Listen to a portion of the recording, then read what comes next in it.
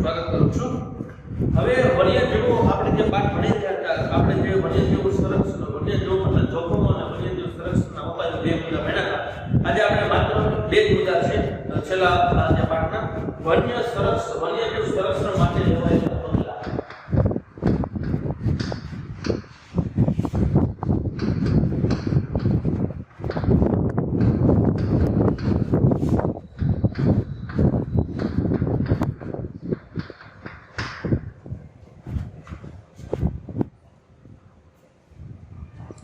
વન્યજીવ સંરક્ષણને બચાવવા માટે સરકારે કયા કયા પગલાઓ ભર્યા છે?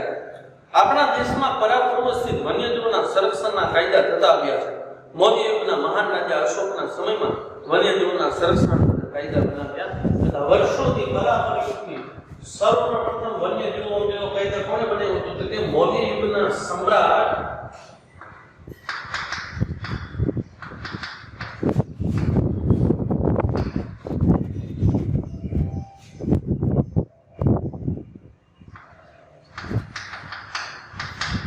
અશોકના સમયમાં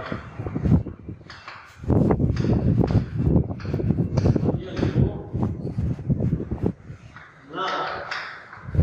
સંરક્ષણાર્થે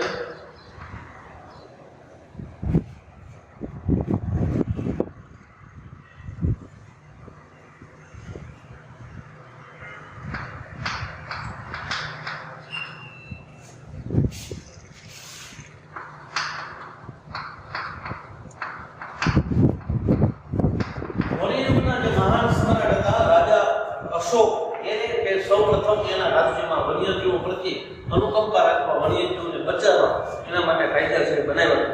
આપણે ત્યાં નાગરિકના મૂળભૂત ફરજો અને રાજનીતિના માર્ગદર્શક સિદ્ધાંતોમાં પણ આ અંગેની વિગતો સામેલ છે. ભારતીય વન્યજીવ બોર્ડની ભલામણ અનુસાર સંસદે વન્યજીવ સુરક્ષા અધિનિયમ બનાવ્યું.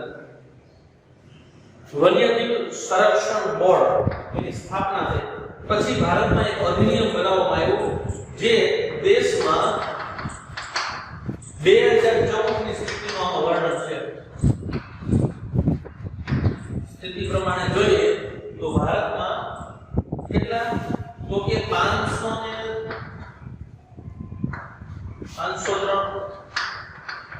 અભયારણ્યો છે. પછી 102 રાષ્ટ્રીય ઉદ્યાનો છે.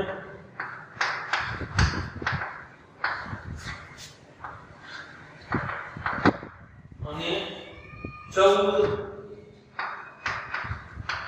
જેવ આરક્ષિત ક્ષેત્રો છે. 503 અભયારણ્યો બનાવવામાં આવ્યા જે 2014 ની સ્થિતિ 102 રાષ્ટ્રીય ઉદ્યાનો અને 14 જેવ આરક્ષિત ક્ષેત્રોની રચના કરવામાં આવી. એ પૈકી જો આ છે ભારતમાં, બરાબર, આ દેશની સ્થિતિ છે. હવે આપણે ગુજરાતની જોઈએ. ગુજરાતમાં જોઈએ તો 22 અભયારણ્યો, બરાબર, 4 રાષ્ટ્રીય ઉદ્યાનો છે,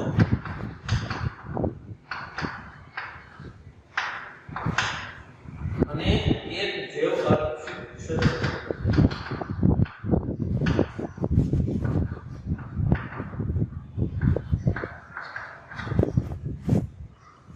બરાબર, આખા ભારતમાં 503 છે તો ગુજરાતમાં કેટલા અભયારણ્યો છે? 22.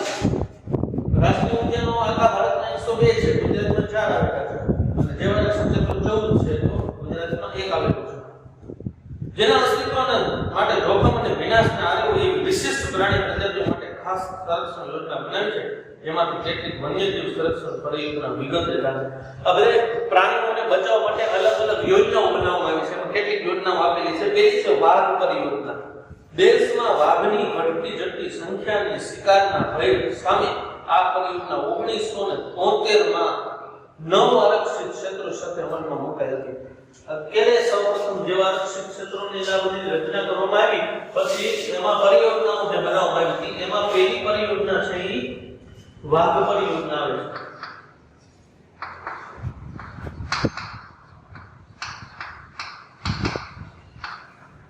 અત્યારે અમલમાં મૂકવામાં આવી હતી 1973 માં. કેટલા જે 9 આરક્ષિત વિસ્તાર આરક્ષિત વિસ્તારમાં 48 વિસ્તારોને આવરી લેવામાં વિસ્તારો સાથે મૂકેલી છે અમલમાં આ યોજના. પછી જે સિંહ પરિયોજના, બીજી પરિયોજના જે સિંહ માટે બનાવવામાં આવી. સિંહની જે સંખ્યા ભારતમાં ઘટતી નથી તેના માટે આ યોજના બનાવવામાં આવી, સિંહ પરિયોજના. એક સમયે એશિયા સિંહો એશિયા ઉપમહાદ્વીપના ઈરાન સુધી રહેતા હતા. એટલા બધા સિંહો ભારતમાં હતા કે ઈરાન સુધી હતા, જોવા મળતા હતા. તેનો શિકાર અને જંગલના વિલાસથી હાલ માત્ર સૌરાષ્ટ્રના દ્વીપતટીય ગીરના જંગલ પૂરતા સીમિત છે. આજે આખા એશિયામાં એક જગ્યાએ સિંહ છે, ક્યાં તો કે ગુજરાતના ગીર પ્રદેશમાં, આપણા ગુજરાતમાં. એક તબક્કે આ વિસ્તારમાં સંખ્યા માત્ર 100 થી પણ નીચે વહી ગઈ. એ સિંહોને સંરક્ષણ માટે 1972માં યોજના શરૂ કરવામાં આવી. 1972માં કઈ યોજના? સિંહ પરિયોજના ત્યાં શરૂ કરવામાં આવી હતી. ગુજરાત વિસ્તાર છે ગીરમાં યોજના શરૂ કરવામાં આવી. આ ઉપરાંત કાશ્મીરી બારાસિંગા નામની દુર્લભ હરણની પ્રજાતિ માટે અંગુલ પરિયોજના, ખારા પાણીના મગરમચ્છ માટે મગરમચ્છ પરિયોજના, ભારતીય ગેંડાના સંરક્ષણ માટે ગેંડા પરિયોજના અને હિમદીપડા પરિયોજના મુખ્ય ગણી શકાય. આ બધી પરિયોજનાઓ પછી મગરમચ્છની અને હિમદીપડાને એ બધાને શરૂ કરવામાં આવી. વન્યજીવ સૃષ્ટિના બચાવ, સંરક્ષણ અને સમાજ અને સરકાર દ્વારા દ્રઢ ઈચ્છા રાખીને સાચી દિશામાં પગલાં ભરાય વન્યજીવ સંરક્ષણ શક્ય છે. વિકાસની સાથે સાથે પર્યાવરણની જનતાને પર્યાવરણના જતનના મંત્ર સિદ્ધ કરવા આપણે સૌ પ્રતિબદ્ધ થઈ અને પ્રયાસ કરવો પડશે. વન્યજીવનું સંરક્ષણ કરવું, પ્રાણીઓને બચાવવા એ શક્ય છે, એવું કે નથી કે અશક્ય વાત છે કે આપણે એનું કરી ન શકીએ, એને બચાવી શકીએ. સાચી દિશામાં જો યોગ્ય પગલાં આપણે આના વિશે ભરીએ તો એક દિવસ સફળતા આપણને જરૂર મળશે.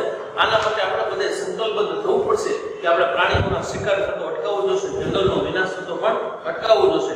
અને છેલ્લે આપણે હવે ગુજરાતમાં જે રાષ્ટ્રીય ઉદ્યાનો જે કોષ્ટકમાં આપેલા છે બરાબર, એ આપણે જોઈએ તો 4 છે. એમાં પેલું છે ગીર રાષ્ટ્રીય ઉદ્યાન. એની સ્થાપના 1975માં થઈ હતી. એનો વિસ્તાર છે 258.71 ચોરસ કિલોમીટર અને જૂનાગઢ જિલ્લામાં છે. અને અહીંયા કેટલા પ્રાણીઓ રાખવામાં આવે છે? સિંહ, દીપડા, ચિતલ, ઝરખ, સાબર, ચિકારા અને મગર. બીજું છે કાળિયાર રાષ્ટ્રીય ઉદ્યાન. 1976માં શરૂ કરવામાં આવ્યું હતું. એનો વિસ્તાર છે 34.8 ચોરસ કિલોમીટર. એ ભાવનગર જિલ્લામાં છે. એમાં કાળિયાર, વરુ અને ખડકોર અને ઘોરાડ માટે છે. પછી વાસંદા રાષ્ટ્રીય ઉદ્યાન 1979માં એની સ્થાપના થઈ હતી. એની વિસ્તાર છે 23.99 ચોરસ કિલોમીટર. નવસારીમાં છે, જ્યાં દીપડા, ઝરખ અને ચિતલને તોશિંગા રાખવામાં આવે છે. અને દરિયાઈ રાષ્ટ્રીય ઉદ્યાન છે 1982માં 162.89 ચોરસ કિલોમીટરનો વિસ્તાર છે. કચ્છનો અખાત, જામનગર. કેટલા પ્રાણીઓ જળચરો માટે છે? સમુદ્રી ઘોડો, coral, jellyfish, octopus, oyster, dolphin અને દુગામો માટે બનાવેલા. તો આપણે આ પાઠ છે આજે અહીંયા પૂરો કરીએ છીએ. હવે પછી આપણે આગલા લેક્ચરમાં આગળનો પાઠ શરૂ કરીશું. એ માટે હવે વન્ય સંરક્ષણ માટે લેવાયેલા પગલાં 140 પેજ નંબર ઉપર તમારું હોમવર્ક છે. આ પ્રશ્ન 4 માર્કનો છે. તેમાં બે આ પરિયોજના પણ લખવાની છે. વન્યજીવ સંરક્ષણ માટે લેવાયેલા પગલાં 4 માર્કનો પ્રશ્ન છે. પેજ નંબર 140 ઉપર બધા વિદ્યાર્થીઓ ફેસબુકમાં અને લેસનમાં લખવાનો છે. અસ્તુ.